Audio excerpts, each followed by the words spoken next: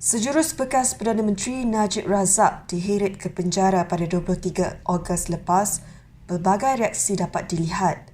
Ada yang sedih dan ada yang gembira kerana keadilan berjaya ditegakkan. Namun, ribuan ahli UMNO berhimpun di PWTC Sabtu lalu bagi menyatakan solidariti kerana kehilangan sosok bekas Presiden parti itu. Presidennya Ahmad Zahid Hamidi memanggil ahli parti itu bagi sesi taklimat khas olehnya. Ia bertujuan menerangkan keadaan yang berlaku dan menenangkan ahli-ahli parti dan juga membincangkan kesiapsiagaan UMNO menghadapi pilihan raya. Turut hadir isteri Najib, Rosmah Mansor bersama anak-anaknya dan tidak ketinggalan Peguam Muhammad Syafiq Abdullah serta Zaid Ibrahim. Ruang PWTC bukan hanya dibanjiri ahlinya berpakaian serba merah, malah turut dihiasi dengan pelbagai kain rentang untuk Najib. Antaranya tertulis, "Bosku, kami bersamamu. Doa untuk Najib," dan "Ini pendakwaan politik." Memulakan ucapan, Zahid tidak dapat mengawal perasaan sebab. Menyuarakan kesedihannya, Zahid berkata, kini tiada lagi Najib bersama-sama barisan kepimpinan dan anggota UMNO. Tersentuh rasanya apabila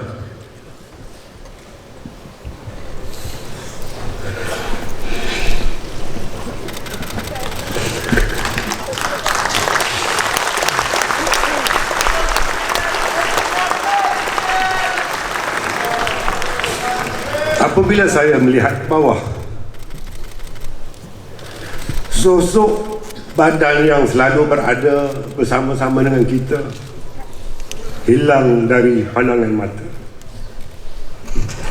Pemimpin dan sahabat sejati kita kini terkurung.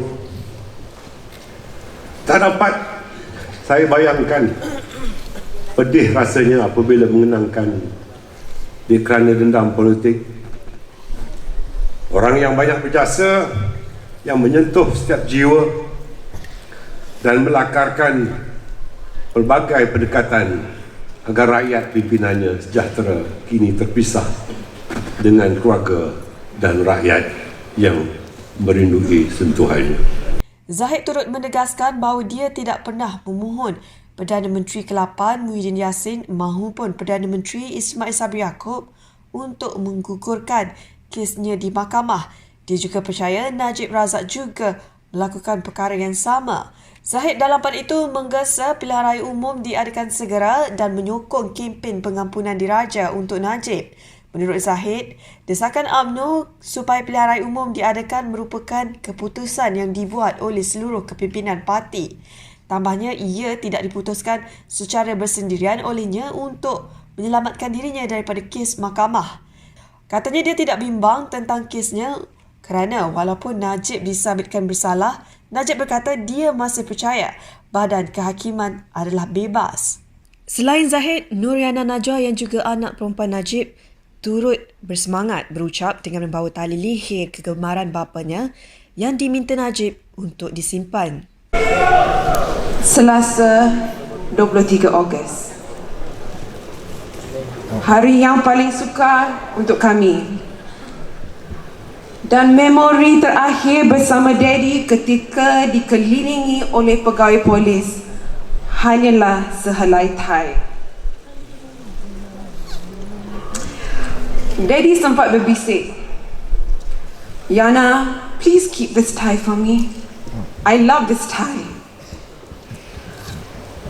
Sejak kecil lagi, saya hanya nantikan waktu Daddy mengikat tie dengan sempurna tanpa perlu melihat cermin. Saya pernah bertanya, mengapa Daddy tak ada kerja biasa seperti ayah orang lain? Doktor ke, akaunten ke? Dengan tenang, Daddy menjawab, kalau ada kerja biasa seperti orang lain, Daddy hanya boleh bantu beberapa orang sahaja. Tetapi, sebagai seorang ahli politik, Daddy boleh bantu ubah kehidupan jutaan rakyat Malaysia. Di samping itu, Ahli Majlis Kerja Tertinggi MKT UMNO Azalina Osman Said turut menyindir Perdana Menteri Ismail Sabri Yaakob atas pelantikan Peguam Negara. Azlina berkata bahawa sesiapa sahaja yang menjadi Perdana Menteri perlu dilantik daripada orang dia untuk memudahkan urusan. Sebelum ini, beberapa pemimpin UMNO menuduh Ismail Sabri sebagai tidak bersungguh-sungguh dalam kes Najib. Ketika ribuan membanjiri WTC, Perdana Menteri Ismail Sabri Yaakob tidak hadir ke taklimat khas Presiden UMNO Ahmad Zahid Hamidi. Difahamkan Ismail Sabri yang juga naib Presiden UMNO tidak hadir ke taklimat hari itu kerana menghadiri program di Pahang. Selain Ismail Sabri, Menteri Kesihatan Khairy Jamaluddin dan Menteri Komunikasi dan Multimedia Anwar Musa turut tidak kelihatan dalam taklimat hari itu.